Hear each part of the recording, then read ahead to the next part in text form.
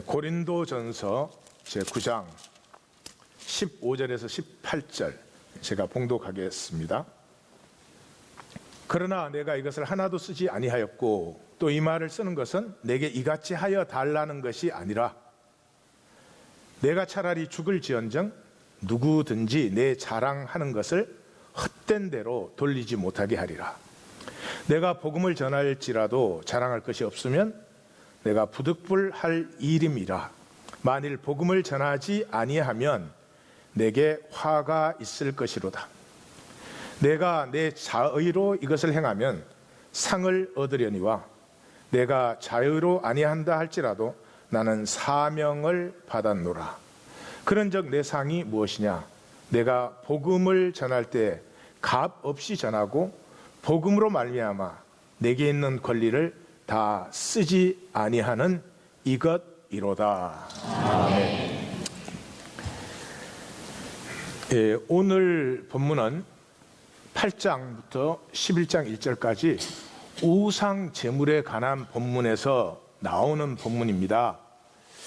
그런데 우상 제물 얘기를 하지만 사도 바울은 그냥 우상 제물을 먹어도 되는지 안 먹어도 되는지 그런 차원을 넘어서 그것을 통해서 복음의 깊은 지경으로 우리를 인도해 가고 있습니다. 전체 본문은 약자를 세워라. 그리고 마지막에 그 강한 자들에게 경고를 합니다. 그 가운데 약자를 세우라 하는 그 모델로 자기의 사도직을 얘기합니다. 그것이 이제 전체인데 여기에서 우리는 이제 사도 바울의 마음을 만나죠. 사도 바울이 이 고린도 교회 이원론적 구원, 그 인식적 신앙의 단계죠. 그 사람들을 이론론적 구원의 단계, 이론론적 구원이라고 하는 건 믿음이 실제인 단계로 사도 바울이 이걸 인도하려고 엄청나게 애를 쓰는 것을 볼 수 있죠. 마치 이런 것이죠. 목회를 하면 그 안타깝게 느끼는 것이 이 좋은 사람으로 보이려고 그게 일생의 에너지를 다 써요. 성도들이 좋은 사람으로 보이려고 사람들이 좋은 사람이라고 보아주면 그렇게 또 좋은가 봐요. 좋겠죠 뭐. 그런데 문제는 그거잖아요. 내가 좋은 사람으로 보이는데 내 에너지를 다 쓰고 좋은 사람은 안 되잖아요. 그 보이려는 에너지를 좋은 사람이 되는 데다 쓰면은 조금씩 잘하겠지만 스스로 담대하고 얼마나 좋겠어요. 그래서 우리는 우리의 신앙뿐만 아니라 삶의 문제가 아는 것과 사는 것이 분리되어 있는 이 이원론적, 인식적 삶, 아는데 사는 것은 살지 못해요. 근데 이 참 재밌어요. 다른 사람이 아는데 살지 않으면 저거 아니다 하는 걸 알아요. 근데 내가 이제 살지는 않는데 알기는 알아. 그러면 나는 다 된 거야. 이게 이제 우리의 제일 큰 문제다. 이제 그렇게 말을 할 수가 있어요. 이 생명이라는 건 뭐 이렇게까지 설명을 안 해도 돼요. 이론론적이니까 이상하지만 자식 기르는 거. 자식 기르실 때는 자식을 잘 길러야 된다. 아는 것 따로 사는 것 따로 아니죠. 그냥 생명이기 때문에 하나로 살아버려요. 그건 실제예요. 그 사도 바울의 이 인식적 신앙에서 고린도 성도들을 실제적 믿음으로 인도해 나가려는 몸부림을 우리가 느낄 수 있는 그런 이 고린도 전체가 그렇지만은 그런 부분에 들어섰어요. 9장의 구조를 보시면 지난주 본문에서는 사도 바울이 내가 당연히 권리 있다. 내 생활비 받을 권리 있다. 네 가지로 얘기하죠. 내가 사람의 예로 봐도 권리가 있고 율법으로 봐도 권리가 있고 성전이나 제단을 섬기는 사람이 성전이나 제단에 나오는 것을 먹는 것으로도 권리가 있고 무엇보다도 주님께서 말씀하시지 않았냐 그 권리가 있다. 근데 오늘 본문에서는 그 권리를 내가 쓰지 않는 것이 내 상이다. 그 이유는 뭐냐? 내가 복음에 참여하고자 합니다. 내가 버림을 받지 않으려고 합니다. 그러니까 오늘 세 가지를 잘 보셔야 되죠. 어떻게 권리 쓰지 않는 게 상이냐? 그 다음에 복음에 참여한다. 이 사도 바울은 자기가 복음을 선포하는 사람인데, 아니 사도 바울이 버림을 받아?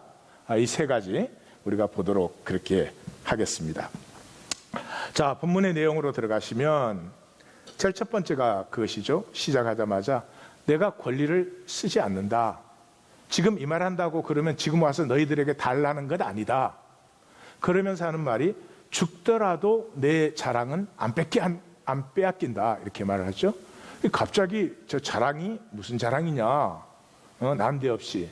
그러니까 성경 읽기를 하시는 분은 이제 이렇게 되면은 지금 우리가 읽는 본문이 보셨지만은 이야기가 간단하지 않아요. 이야기가 간단하지 않은 게 사도 바울은 이미 고린도 교회하고 많이 얘기한 것을 정리해서 적으니까 생략된 게 많아요. 그래서 우리한테는 이게 굉장히 어렵게 느껴져요. 그런데 이 사도권에 대한 것을 고린도 후서에서 10장, 11장, 12장 다시 길게 얘기를 해요. 그러니까 여기서 모르면 고린도 후서를 가서 보면 거기엔 좀 더 자세히 되어 있어요. 그 고린도 후서에 10장 8절에 이렇게 되어 있어요. 내가 지나치게 자랑해도 부끄럽지 않은 것이 무엇이냐? 그것은 내가 너희를 무너뜨리려는 것이 아니라 세우려고 하는 이것. 다시 말해서 이 고린도 성도들은 이방인이니까 뭐 약속을 압니까? 이분들이 코이노니아를 압니까? 뭐를 알아요? 그러니까 그 어린아이와 같은 데다가 이 원리 원칙, 짐부터 딱 지우면 그 뭐 무너지죠. 세움을 받을 수가 없죠. 다른 사람은 와서 사역했다고 사역비 당당하게 받아가지만 나는 너희에게 부모 같아서, 유모 같아서 어린 너희에게 짐을 지게 할 수 없다. 이건 내가 지나치게 자랑해도 부끄럽지가 않은 것이다. 이제 그런 말이죠. 16절에서는 또 이렇게 말해요. 내가 복음 전함이 자랑이 아니다. 내 숙명이다. 우리는 부득불 그렇게 했는데 숙명이라는 단어예요. 헬라에서 많이 쓰는 단어입니다. 그리고 내게 화가 있으리로다 하는 이 말은 구약의 수거예요.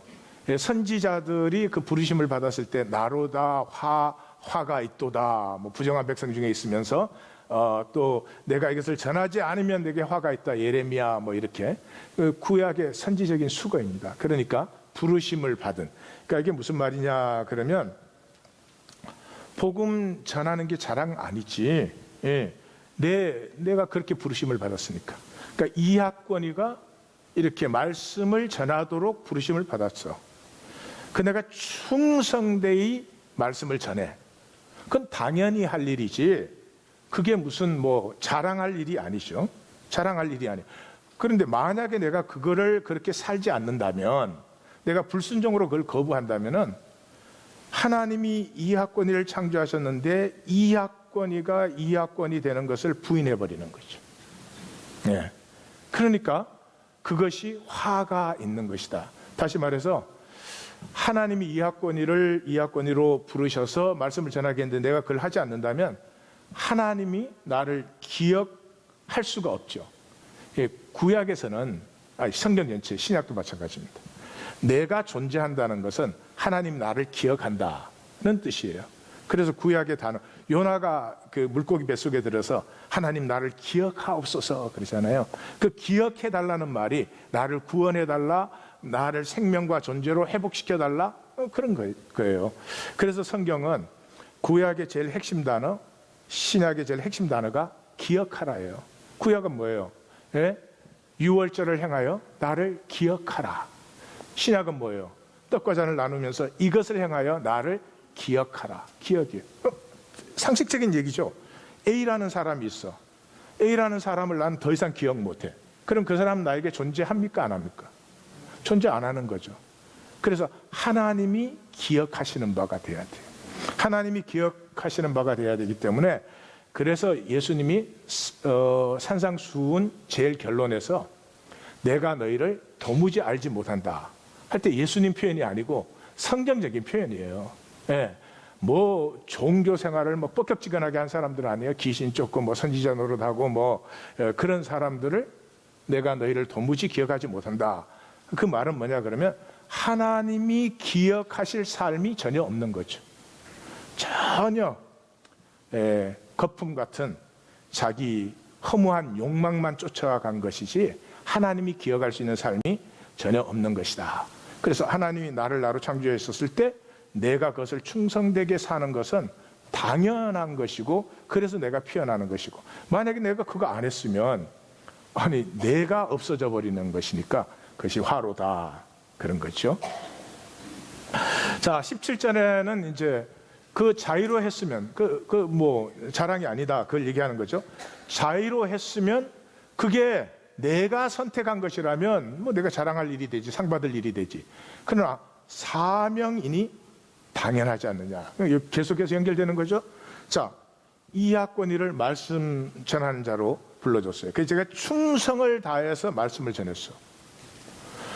그거는 하나님이 창조하신 나를 누린 것이고 하나님의 은혜를 누린 것이지, 아니 내가 말씀 전달하고 불렀는데 말씀 충성되게 전했다고 상 달라 그래요? 그건 웃기는 얘기죠. 그건 웃기는 얘기지. 예. 사과나무가 사과 열매 맺었다고 상 달라고 합니까? 인간만 이상해요. 제가 이런 말 하면 좀 이상하게 느껴지는 게 인간만 이미 좀 이상해져 있어요. 예. 그래서 여기서 벌써 성경을 읽는 분들은 무익한 종의 예수님 말씀이 생각나야 돼요. 종이 부름 받았으면 준비하는 게 당연하고, 준비됐으면 서브하는 게 당연하고, 그러면 주인이 다 식사할 때까지 기다렸다가 정리하는 게 당연한 것이지, 그거 했다고 내가 상 달라고 그러면 이상한 거죠. 그죠? 그래서 상이라고 하는 것은 내가 당연히 할 것을 해서는 상이 아니고 그 이상을 가야 되는데, 내 상은 뭐냐? 내가 이것을 하면서 권리를 당연히 쓸 수 있는데 그 권리를 쓰지 않은 것이다. 자, 이제 여기에서 이렇게 이해하시면 안 돼요. 자, 내가 당연한 권리 안 썼으니까 하나님 나 상 줘요, 이런 얘기가 아니에요. 엄청나게 깊은 얘기예요. 그건 정리에 가서 볼 거예요. 자, 두 번째 단락은 내가 복음에 참여하고자 하는 것이거든요. 그 시작을 그렇게 합니다. 내가 자유로우나 모든 사람이 종이 됐다. 내가 자유로우면 가치가 가능해진 것이에요.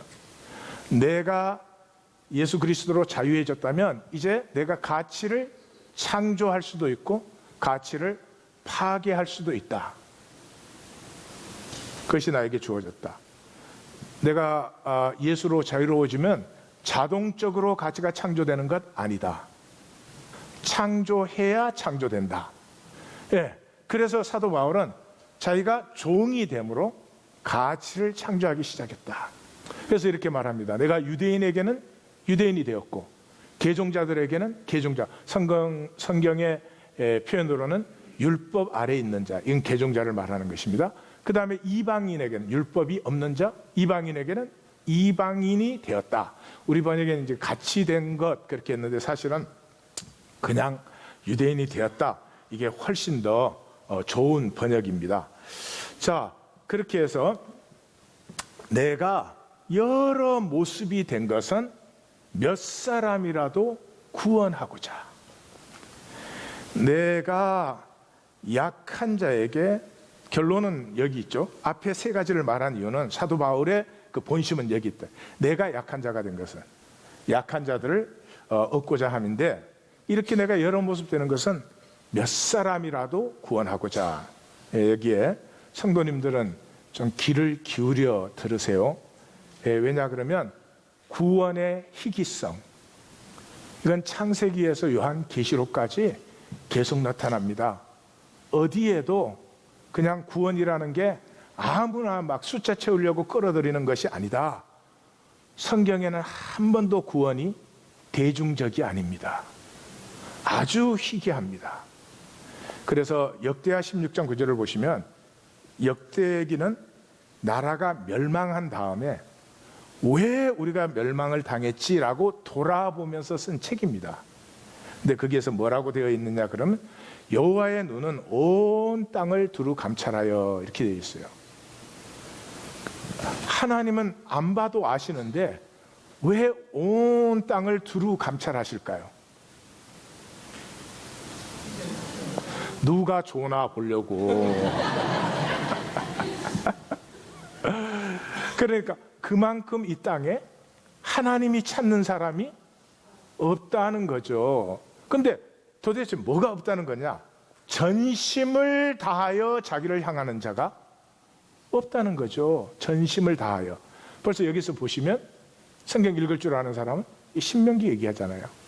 마음을 다하여, 성품을 다하여, 힘을 다하여. 근데 다하여 찾는 사람이 없어요.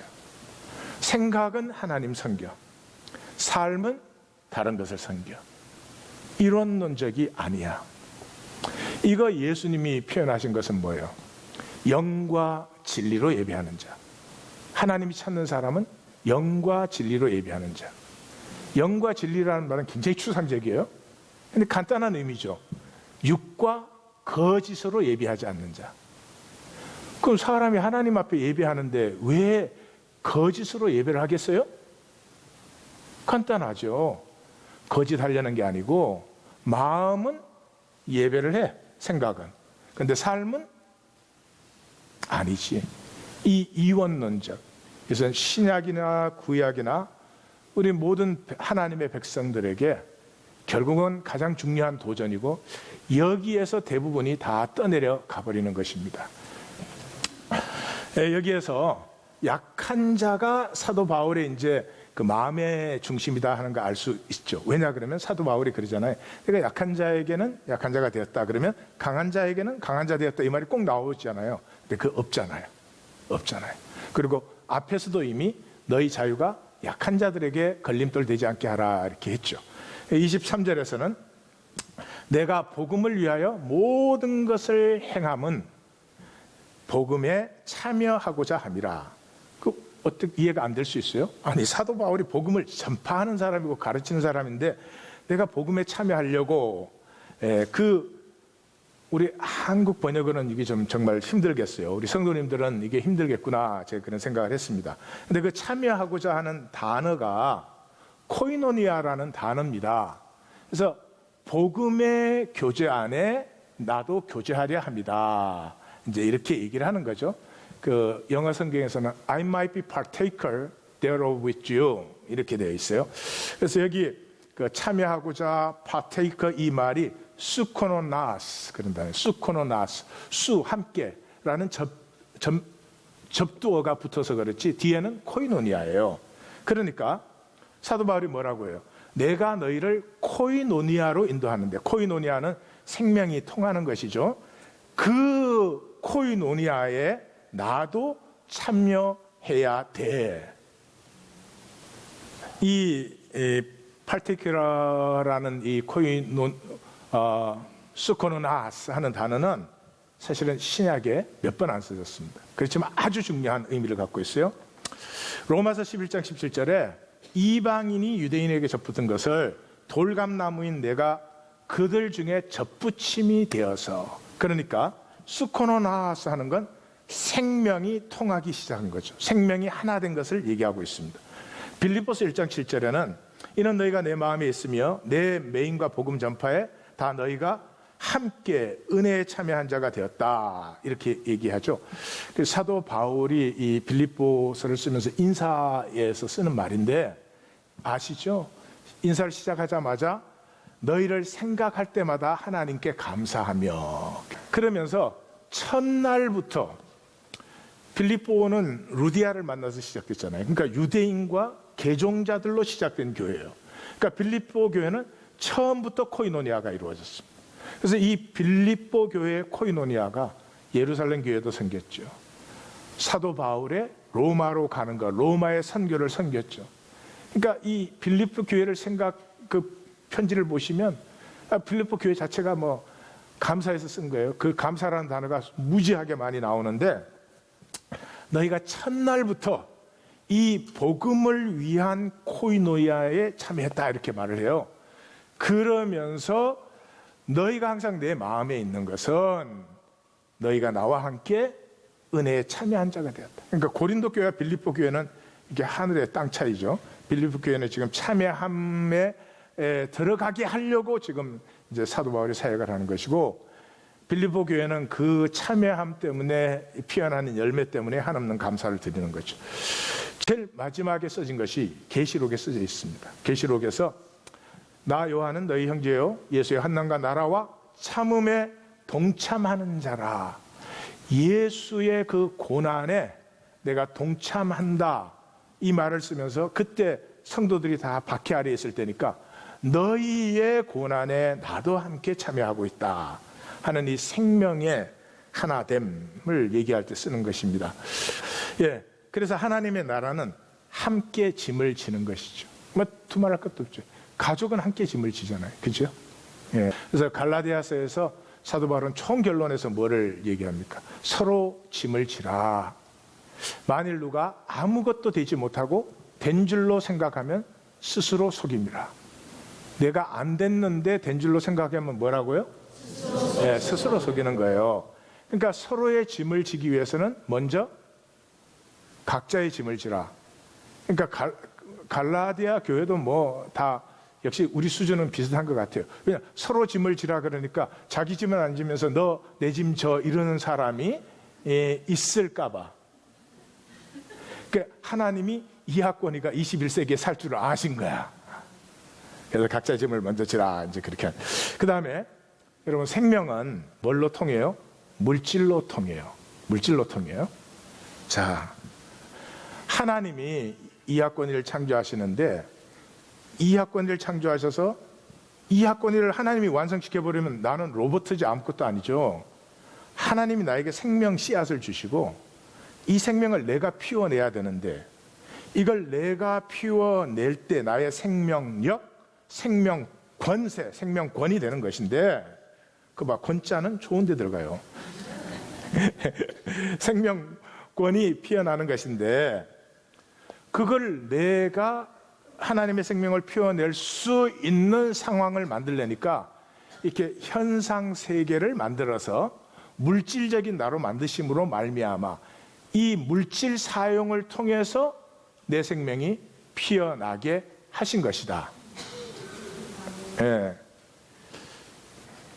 자, 물질로 통하게 되어 있습니다. 그래서 사도 바울이 고린도 전서의 가장 마지막 질문, 고린도 교회 질문이 연보는 어떻게 합니까 하는 것이죠. 거기에 대해서 매주 첫날, 주일이죠. 너희 각 사람이 수입에 따라 모아두어서 내가 갔을 때 연보를 하지 않게 하라, 이렇게 했어요. 하나님께 드리는 연보는 수입이 들어왔을 때 제일 먼저 구분하는 것입니다. 거룩해요. 그래서 고린도 후서에서는 이것이 적게 심는 자는 적게 거두고 많이 심는 자는 많이 거둔다 하는 말이다. 그래서 각각 마음에 정한 대로 할 것이요 인색함으로 억지로 하지 마라. 하나님은 절겨내는 자를 사랑하시는, 이 참 번역이 좋지 않은 번역입니다. 하나님이 기뻐하시는 건 자원하는 심령이에요.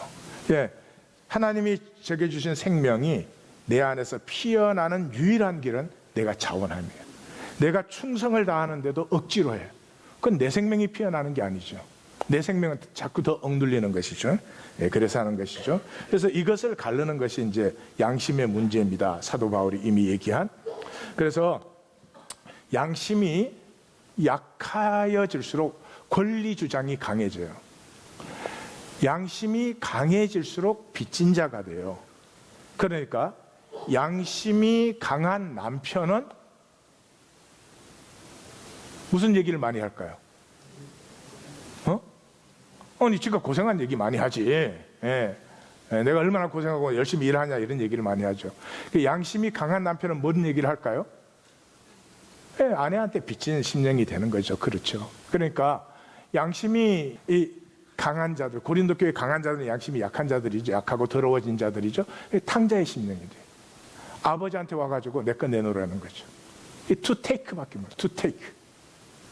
이 사람은 뭘 to give는 손해보는 건 줄 알아요, 인생에.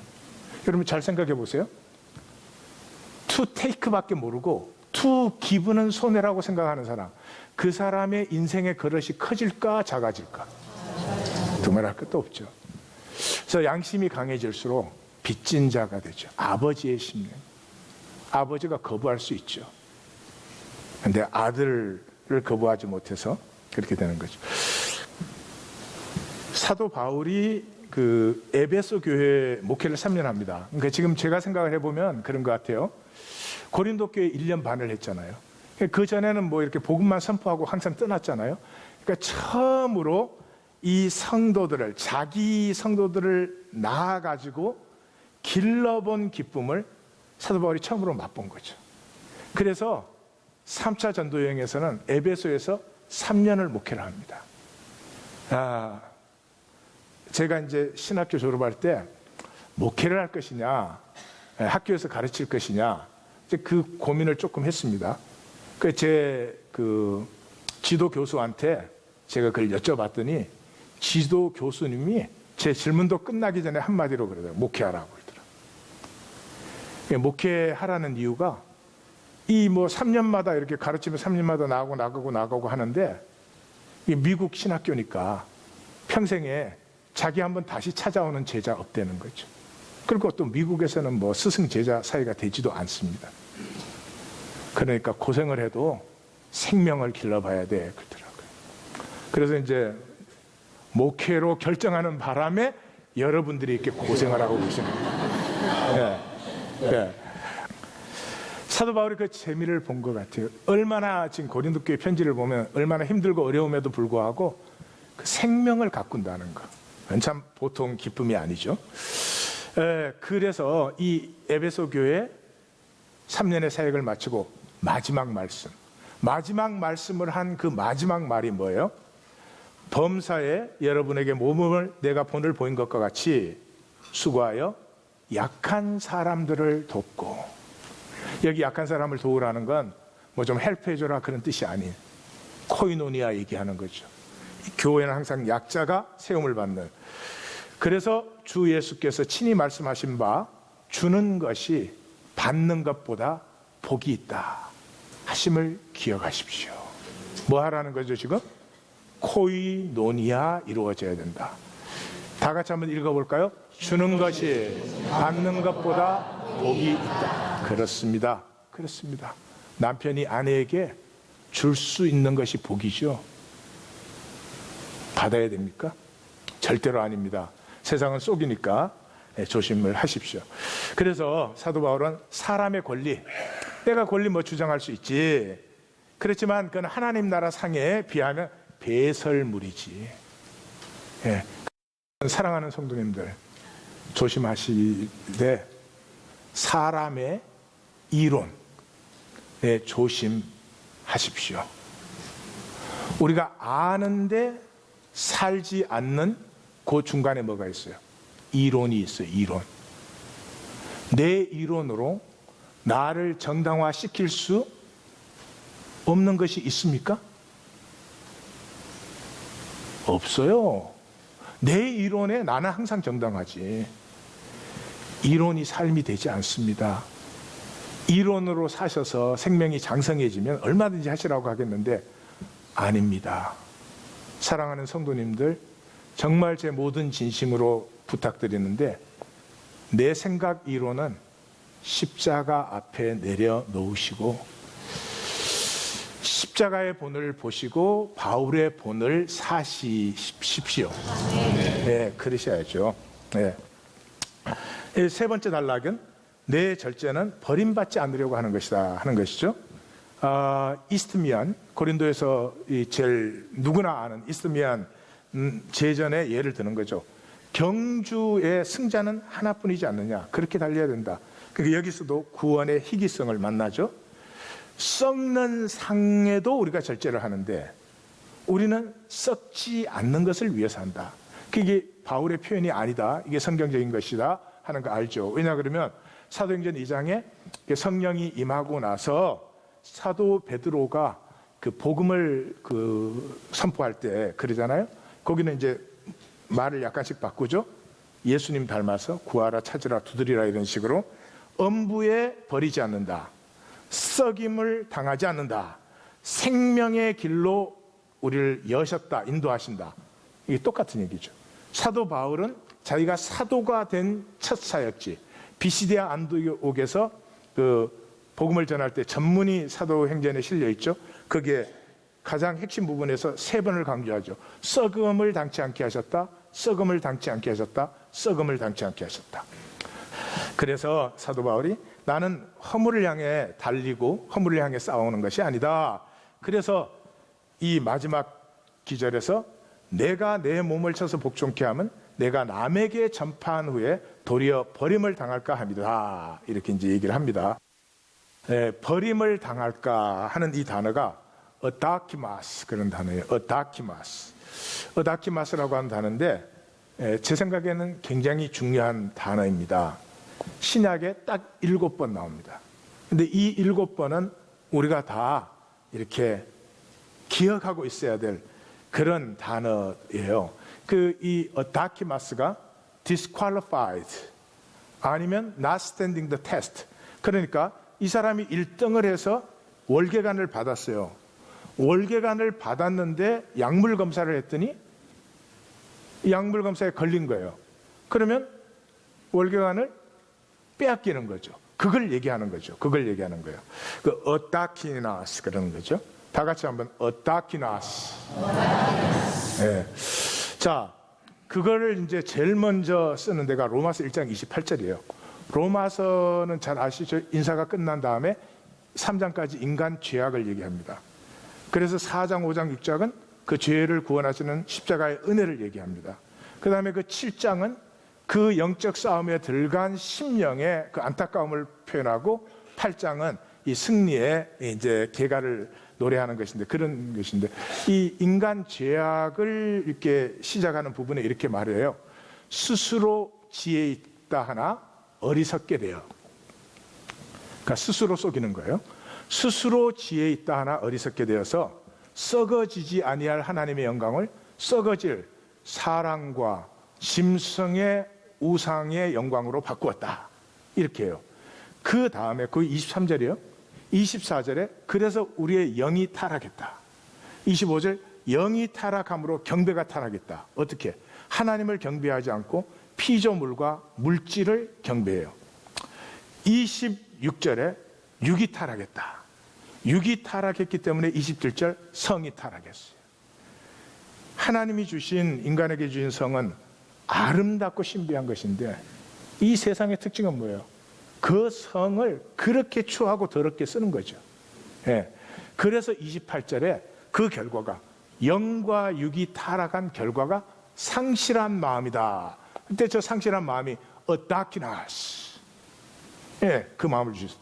그래서 저 상실한 마음 때문에 30절부터 뭐 불의, 추악, 탐욕, 시기, 살인, 분쟁이 가득한 자예요. 그래서 뭐 30몇 가지가 길게 그렇게 나오는 거예요. 다시 말해서 저 상실한 마음에서는 아름다운 것이 가치 있는 것이 절대로 나올 수가 없는 것이다 하는 것이에요. 그 다음에 두 번째 나오는 것이 고린도 후서 13장 5절 6절에서 나와요. 13장 5절 6절에서는 그래요. 너희 자신이 믿음에 있는지 스스로 시험해 봐라. 이건 자기밖에 못하는 거죠. 시험해 봤는데 그리스도가 내 안에 계시지 않다면 나는 버림받은 자다. 그리스도가 내 안에 계셔서 살고 계시는 건지 내가 내 생각을 사는 건지 점검해봐라. 그래서 아니면 버림받은 자다 할 때 여기 써져 있고요. 그 바로 밑에 그래서 우리는 버림받지 아니한 것을 너희가 알기를 원해 이렇게 말을 하죠. 그러니까 우리가 그리스도가 우리 안에 있어서 너희 안에 너희 유대인에게는 유대인처럼 이방인에게는 이방인처럼 개종자에게는 개종자처럼 그렇게 유모의 심정으로 섬기는 것을 너희가 볼 수 있기를 바래. 그 심령이 없으면서 이 강한 자들 우리는 구원받았어. 우리는 뭐 아무거나 먹어도 돼.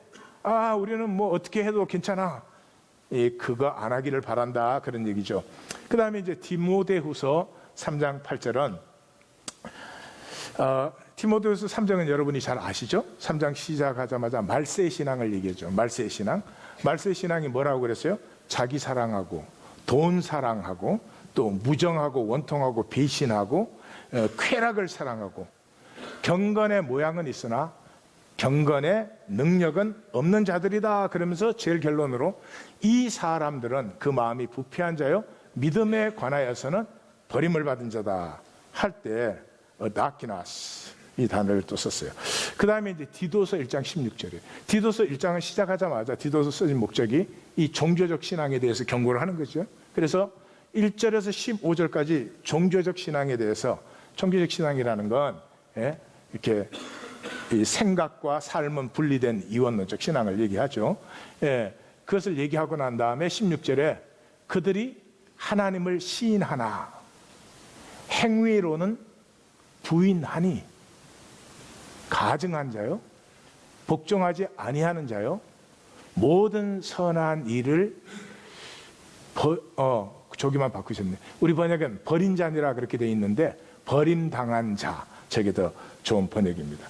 제일 마지막에 써진 것이 히브리서예요. 여러분 잘 아시죠? 히브리서 5장 마지막과 6절에서 그렇게 말을 해요. 너희가 젖이나 먹고 단단한 음식은 못 먹으면서 맨날 하는 게 신앙의 초보. 나 구원받았어, 나 회개했어, 나 세례받았어, 나 예수님의 부활 믿어. 그거 이제 그만 좀 해. 그거 좀 그만 좀 해. 그러면서 너희가 선한 말씀을 맛보고 내세의 능력을 맛보고도 너희가 선한 말씀을 받고 그 하나님과 하는 이 유업자의 영광을 알고도 그 결론이 뭐냐? 만일 열매를 맺지 못하면 가시와 엉겅퀴를 내면 버림을 당하고 저주함에 가까워 그 마지막은 불사름이 되리라. 그러니까 이 단어가 7번 나오는데 7번 모두가 굉장히 심각한 말씀입니다. 그러니까 한번 그 설교 노트에 들어있으니까 하나씩 자기가 스스로 좀 묵상을 하셔서 자기가 자기에게 점검이 되시기를 바래요. 자, 적용 의미로 들어갑니다. 3가지였어요. 오늘 본문은 내가 권리 안 쓰는 게 상이다. 그 다음에 2번째 내가 버림을 당할까 하노라. 또 3번째 내가 복음을 위하여 이 모든 것을 행하는 것이다 하는 것이죠. 그 3가지를 좀 정리를 해보겠습니다. 제일 먼저 버림을 당할까. 오늘 사도 바울의 마음속에 가장 고린도 교회에 강조하고 있는 부분이죠. 사랑하는 성도님들, 구원은 생명이고 생명은 과정입니다. 이런 생명이 있습니까? 난 살았어. 그러므로 이제 절대 죽지 않아. 그런 생명이 있습니까? 없습니까? 자, 버림을 당할까. 사랑하는 성도님들, 구원은 생명이고 생명은 과정이에요. 이런 일은 가능할 수가 없어요. 사도 바울이라고 할지라도 나는 이제 구원받았어. 그러니까 이제 어떻게 살아도 난 구원받은 거야. 그건 말 자체가 성립이 안 돼요. 어떻게 살아도와 나는 구원받았으는 두 개가 흰, 검은색 이런 뜻이에요. 그 말 자체가 성립이 안 되는 것입니다. 그래서 생명은 과정이에요. 그래서 내가 구원을 받았잖아요. 그분은 반드시 경주하고 있습니다. 절대로 이런 말 하지 않습니다. 나는 이미 구원받았기 때문에 뭐 좀 부족해도 상관이 없어. 절대로 그러지 않습니다. 그건 거짓말입니다. 그 젊은 남녀가 이렇게 서로 만났어요. 서로 만나서 이제 사랑하기 시작했어요. 보니까 저 사람이 참 내게 사랑스럽다. 또 여성도 남성을 볼 때 저 사람 참 사랑스럽고 믿음직스럽다. 서로 이제 만났어요. 그러면 그때부터 그냥 가만히 있죠, 그렇죠? 사랑을 만났으니까. 나는 모르니까 여러분들이 한번 답해 보세요.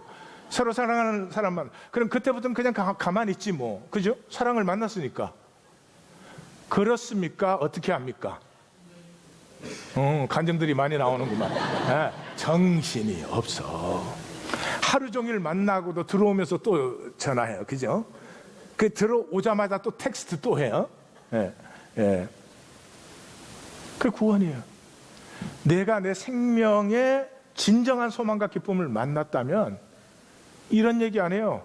나는 구원의 확신이 있습니다. 여러분, 그건 대중 기독교가 만들어낸 가장 안 좋은 표현이에요. 어느 영성에 그런 영성이 있을 수가 있었어요? 내가 다 이루었다. 사도 바울이 뭐라 그래요? 내가 이루었다는 것도 아니고, 내가 잡았다는 것도 아니고, 그리스도께 붙들림 받은 그것을 잡으려고 내가 달려. 예스! 내가 하나님 안에서, 내가 하나님을 만나고 왜 내가 창조되었는지를 알기 시작하고 하나님의 사랑이 내 가슴에 느껴지면 그때부터 경주가 시작되지. 아니 무슨, 이건 말이 절대로 아니죠. 예수님 말씀하셨잖아요. 누리는 자는 더 누리게 돼요. 이 생명의 비밀 아니야. 그래서 천국의 비밀을 모르지만 너희는 알지 않니? 이 아는 자는 어떻게 되어 있어요? 예? 더 원하고 더 받게 되어 있고, 없는 자는 그 있는 것도 빼앗긴다. 이건 뭐 확실해요. 제가 그 학원 캠퍼스 사역을 12년을 했잖아요. 그 해보면은 학원 사역에 공부하는 애들은 항상 관심이 어떻게 하면 공부를 더 할까? 근데 노는 애들은 관심이 어디로 갈까? 어떻게 하면 더 놀까? 기가 막혀. 참 신기해. 공부할 기회가 와도 노는 걸로 바꿔. 공부할 애는 놀 수 있는 시간이 와도 공부로 바꿔. 걱정은 양쪽 다 되는데. 네, 그렇다 이런 거지. 두 번째, 하나님의 상. 권리를 쓰지 않는 것이 내게 상이다 그랬죠. 이것을 아까 제가 그랬죠. 내 권리 쓰지 않았으니 나에게 상 주십시오. 이렇게 생각하면 굉장히 차원이 낮은 것이다. 자, 하나님이 이하권위를 말씀 전하는 자로 불렀어요. 그것이 내 숙명이에요. 그래서 그것을 위해서 내가 모든 충성을 다해요. 예, 근데 그 충성을 하는 것에서 내가 당연히 권리를 주장할 수 있죠. 그런데 그 권리를 주장하는 것에 나의 관심이 있는 것이 아니라 하나님이 나를 그런 자로 불러주셨다는 게 좋아서, 권리를 쓸 때는 쓰겠고 안 쓸 때는 안 쓰겠지만 That's not my main concern. 내 메인 컨선은 그것을 그런 나로 살아가는 게 좋다. 좋다는 말은 고생이 없다 그런 말이 아니에요. 이렇게 말하니까 좀 이상하지만 부모 생각하시면 돼요. 부모가 자녀를 양육해요. 자녀 양육하면서 자기 권리 다 챙길 수 있지. 그렇지만 어느 부모가 권리 챙겨가면서 애를 양육하는 부모가 있겠어요? 네? 무슨 말인지 아시겠습니까? 더 이상 권리를 쓰고 안 쓰고의 문제가 아니라는 그 자체는 뭐냐 그러면 복음을 전하는 것이 내가 되어버린 거죠. 그렇죠? 내가 복음을 전하는 것이 이하권이 되어져 가고 있는 것이고, 이하권이 되어질수록 복음은 더 깨끗하게 전해지고 있는 것이고. 예, 제 이름을 넣었더니 아멘이 안 나오네. 바울을 넣었어야 되는데. 그래서 여기에서 복음이 바울이 되고 바울이 복음이 된 거예요. 그러니까 뭐 연주하는 사람이 연주를 잘하려고만 하는 차원은 그건 아주 초등 차원이죠. 이미 음악이 내가 되고 내가 음악이 된 그런 차원에 들어가야 되는 거죠. 세 번째, 복음을 위하여 내가 모든 것을 하고도 내가 버림을 받을까 하노라. 버림받음은 아까 얘기를 했죠. 어다키나스이겠죠. 그러니까 복음을 위하여 모든 것을 행한다 하는 것에 복음이 뭐예요? 생명을 피어나게 하는 거죠. 생명은 어떻게 피어나요? 사람을 얻을 때 피어나요. 하다못해 연애를 해도 사람이 피어나요. 그래서 뭐 그런 찬송가 있잖아요. 그 꽃집에 아가씨는 예뻐요. 호박꽃도 예뻐요. 뭐 그런 찬송가가 있듯이, 우리의 생명은 어디에서 아름다워져요? 생명을 얻을 때예요. 남편이 언제 아름다워져요? 아내의 마음을 얻을 때예요. 예? 그래서 우리는 사람 낚는 어부가 되게 하리라 했지만 저 깊은 의미를 생각한다면 사람을 얻는 어부가 되게 하리라. 그 사람을 얻는다는 말은 이웃이 되어주기 된다는 거죠. 그래서 예수님이 선한 사마리아인 이웃의 비유를 어디에서 얘기했어요? 70인 기한 보고 후에 한 거죠. 뭐 사단이 하늘로서 번개같이 떨어지는 것을 봤습니다 이런 말을 하니까 그런 걸로 좋아하지 말고 이웃이 돼야 돼. 예, 이웃 되어지는 데는 무슨 큰 기적이 필요하지 않습니다. 작은 마음의 함께함. 그래서 복음서는 분명하잖아요. 예수님이 제자를 왜 세우셨어요? 자기와 함께 있게 하시고 또 보내사 알리게 하시고. 케루소라는 단어예요. 우린 전도도 하며 이렇게 기독교식으로 했는데 아니요. 알리게. 뭐 왜 알리게? 함께 있는 것이 너무 좋으니까. 예? 여러분들 청소년기에 연애하면 입 다물고 있을 수가 없어. 예. 예. 근데 좋아서 안 알릴 수가 없어. 그런 걸 주셨지. 우리 교리 들고 나가서 전도하고 논쟁하고 막 믿으라고 논쟁해서 안 믿으면 돌아오면서 저거 지옥에 가려고 예정된 거야. 그러면 못 써. 그 사람이 갈 가능성이 많어. 이 함께 하기는 굉장한 비밀이 있어요. 그 안톤 체흐프의 사랑스러운 여인, 우리는 그렇게 번역을 했는데 그게 주인공이 올렌카라는 그 여인이 나와요. 정말 사랑스러운 여인이에요. 처음에는 그 연극 배우하고 결혼을 해요. 그 연극 배우하고 결혼해서 살면서 이 올렌카는 연극이라는 게 얼마나 좋은 건지 사람을 위로하고 의미가 있고 교양이 있고 사람을 사람답게 하고 막 뭐 누구 만났다면 그래요. 근데 모스크바 출장 가서 이제 사고로 죽어요. 그래서 그 다음에는 이제 제재소 주인하고 결혼을 했어요. 그때부터는 이 나무가 없으면 집도 못 지어, 가구도 못 만들어, 수레도 못해, 병동도 못 만들지 막 세상에서 제일 중요한 게 이게 목재업이다 막 이래요. 그러다가 그 사람은 또 병이 들어서 죽었어.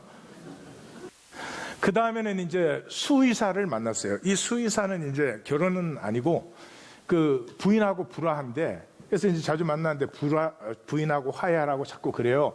그래도 이 수의사하고 이렇게 가까워지면서 이때부터는 야, 가축이 얼마나 좋으냐, 우유를 주지 고기를 주지 이러는데 가축이 병들면 사람들에게 전염병이 절대 안 된다 막 그러고 수의사야말로 세상에서 제일 중요한 거라는 거죠.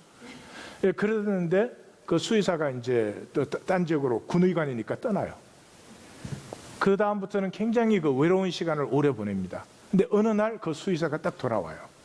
그 딱 돌아와서 보니까 그 부인하고 화해를 해가지고 아들까지 하나 생겨서 왔어요. 그 이 올렌카가 그래서 우리가 살 집을 찾는다 그러니까 아니 이 큰 집을 놔두고 어디에 살려고 그러냐. 그래서 그 가족들을 거기서 살게 하고는 그 아들 샤샤를 자기 아들처럼 그렇게 아껴주고 사랑을 하는 정말 사랑스러운 여인의 모습이 나와요. 여러분 함께 해주면 함께 해준다는 건 가르치거나 만들거나 고치거나 그런 게 아니에요. 함께 해준다는 말은 그 사람이 내가 안식처가 되어서 그냥 자유하고 편안하고 자기 자신이 될 수 있는, 자기 자신이 되어도 아무런 정죄를 받지 않는 이 자기 자신이 됨을 받은 사람은 자기가 어디로 가야 되는지를 봐요. 스스로 보게 돼요. 구약 성경이에요. 그게 자녀 양육이에요. 자녀를 자기 자신으로 편안할 수 있게 해주면 자녀가 스스로 자기가 뭐가 돼야 되고 어디로 가야 되는지 아는데 이 부모들이 주로 망치죠. 예수님이 12제자에게 이랬어요. 너희들 내 복음 갖고 순교해도 좋은. 그건 다 후기에 나온 거예요. 복음서 자체에 나와요? 안 나와요. 뭐 해줬어요? 이 제자들에게 처음으로 너 자신일 수 있도록 허용된 함께함을 체험한 사람들. 이 사람들은 제국이 꺾을 수가 없어요. 제가 이런 말씀을 드리는데 이 말씀을 매주 드리잖아요. 그래 아무 소용이 없습니다. 아무 소용이 없습니다. 이유가 뭔지 아십니까? 선악과. 선악과가 뭐냐? 나르시즘이에요. 예, 나르시즘이 뭐예요? 내가 중심이에요. 선악과는 내가 중심이 되어서 선과 악, 내가 중심이 되어서 선과 악을 판단을 하는 거예요. 그러면 선과 악을 판단할 때 나는 볼까 안 볼까? 나는 안 보지. 예. 민수기에 나오는 얘기가 있잖아요. 돼지 12마리가 소풍을 갔어. 옆에 물어봐요. 민수기에 나오냐 그게? 대답을 해줘요. 아니야, 돈수기에 나온다. 12마리가 소풍을 갔는데 가서 아무리 세도 11마리야. 다시 세도 11마리야. 왜? 자기는 안 세니까. 이게 나르시즘이에요. 그 나르시즘이란 나는 예외야. 남은 살인하면 안 돼. 죄 지으면 안 돼. 당연히 안 돼. 그것만 안 될 뿐만 아니라 실수해도 안 돼. 허물이 있어도 안 돼. 막 그런 정도도 또 살만한 것 같아. 아니야, 그런 정도가 아니야. 표정까지 책임져야 돼. 태도도 책임져야 돼. 말하는 어투도 책임져야 돼. 심지어 외모도 책임져야 돼. 외모를 지가 만들었나? 그래서 남은 표정도 잘못돼서는 안 돼. 근데 자기는 뭐를 해도 괜찮아. 왜? 나는 예외니까. 저나 우리 성도님들이 다 여기에 사로잡혀 있어요. 다시 말씀드려요. 저나 성도님들이 다 여기에 사로잡혀 있어요. 에고는 두 가지가 실제가 아닙니다. 죽음과 지옥이 절대로 실제가 아닙니다. 그래서 다른 사람에게서 보면 지옥 갈 짓을 내가 10,000배는 더 해도 나는 절대로 안 간다 이렇게 생각합니다. 그게 마귀가 속이는 속임이에요. 여기서 우리가 깨어 있어야 되는데 이 나르시즘에서 깰 수가 없어요. 그냥 그게 우리의 육체의 본성이니까 이것에서 깰 수 있는 유일한 길이 말씀 만나기밖에 없어요. 이 세상에 어떤 것도 우리를 나르시즘에서 깨어나게 할 수는 없어요. 말씀 앞에 나가면 말씀 앞에 내가 이게 거짓될 수 없잖아요. 이게 종말적이 되는 거죠. 말씀 앞에 나가면 그냥 마지막에는 내가 주님 앞에서 나를 어떻게 꾸며요, 가꿔요, 안 되잖아요. 그래서 말씀 앞에 나갈 때가 종말적이고요. 내 자신이 돼야 되고 그러므로 에고가 쓰러지는 유일한 자리예요. 그래서 우리가 고린도서를 시작할 때 그랬죠. 인사 끝나자마자 재림신앙으로 시작한 이유가 그거예요. 내가 주님 앞에 나가 되면서부터 하나님이 나를 창조한 게 카리스, 은혜인데 그 카리스가 카리스마가 됐다. 그러니까 카리스마, 저 사람 카리스마 있다. 그럼 뭐예요? 칼이 많이 있다. 네, 카리스마 있다. 그 말이 뭐예요? 뭔가 저 사람 자기로서 좀 뚜렷하다 이런 거 아니에요. 그게 무엇이죠? 그게 아름다움이죠. 우리는 다 카리스마가 돼야 돼.